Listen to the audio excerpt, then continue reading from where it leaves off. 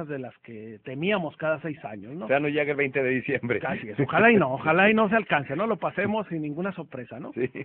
En ese sentido, creo que hay que reconocer... Es que el 20 de diciembre de 1994, el secretario de Hacienda, Jaime Serra Puche, que duró escasos 25 días, pues anunció una devaluación, una serie de medidas, y en una noche perdimos 15,000 millones de pesos.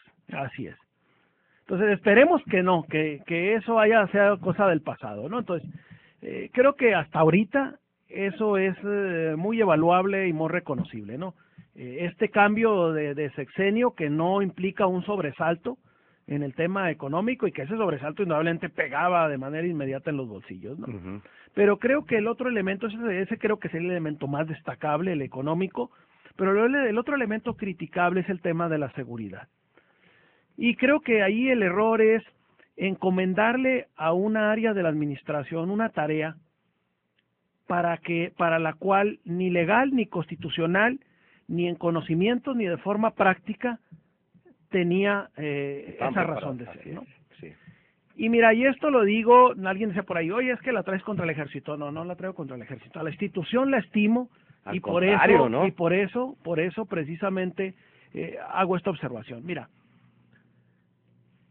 si la manera de mantener y de controlar la seguridad pública fuera a través de ejércitos, a través de soldados, entonces las policías en el mundo ya hubieran desaparecido, no tendrían razón de ser. Claro.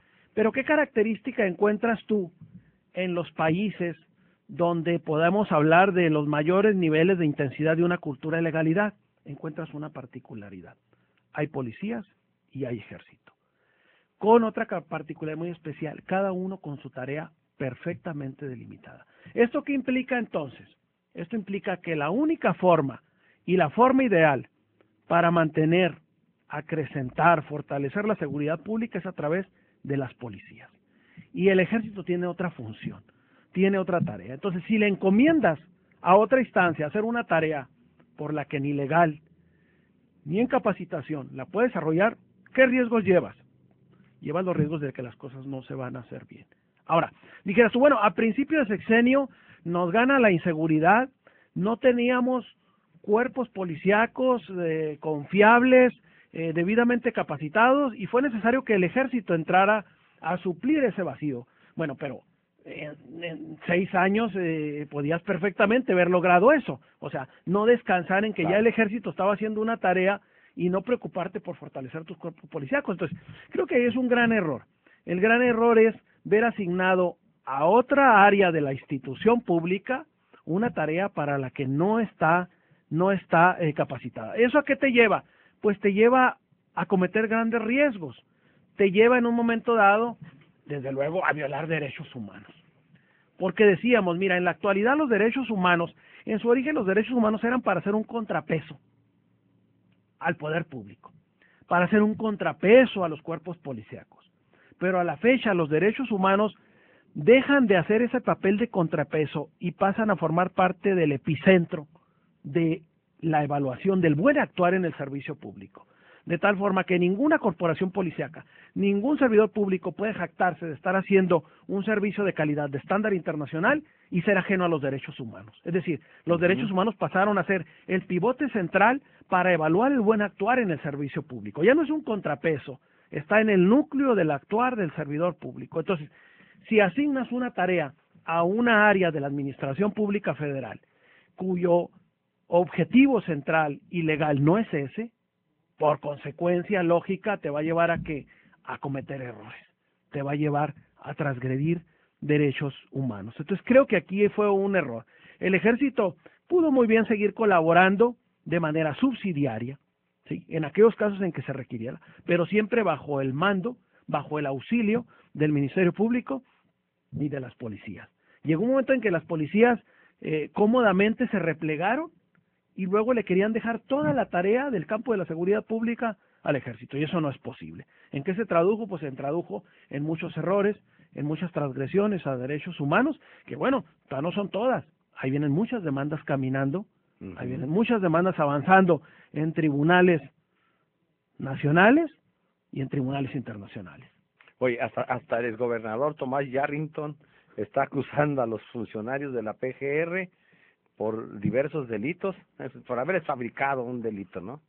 No, yo estaba pensando que luego uno lo va a platicar, se lo va a comentar, y no a vuelta de muchos años, pero de repente te encuentras con que en qué país vivíamos cuando le pudiéramos comentar que hubo un general que en Chihuahua le dijo a la cúpula empresarial y política del Estado reunidos, y que le dijo, señor gobernador, yo traigo ¿cómo es? La orden de cateo es mi mazo. Le preguntó en una conferencia de prensa que estaba dándole, los medios le preguntaron. Que dijeron, la ratificara. Así es, porque estaba planteando cómo iba a desarrollar todo el operativo en el Estado, y los medios que se encontraban ahí le dicen, oiga, pues muy bien todo esto, pero ¿y de dónde va a obtener tanta orden de cateo? Entonces dice, bueno, mi orden de cateo es el marro, ¿eh? Imagínate. Entonces. Y se lo festejaron todos. Bueno, entonces, ¿a qué te lleva esto? O sea, no dudo que a lo mejor el general Juárez, dentro de su carrera en la milicia, podía ser un general muy brillante, pero con esa expresión, ¿qué te estaba reflejando? Pues que la seguridad pública no era un asunto, asunto de su materia, de su dominio, ¿verdad?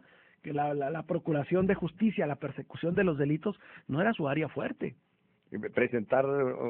Presentar a los detenidos con acusaciones sustentadas y con relatos, pues no era su área, Y mira, ¿y qué trajimos por consecuencia? Muchas escenas periodísticas donde tú vas a ver 2 o 3 individuos con uniformes fluorescentes, ¿sí?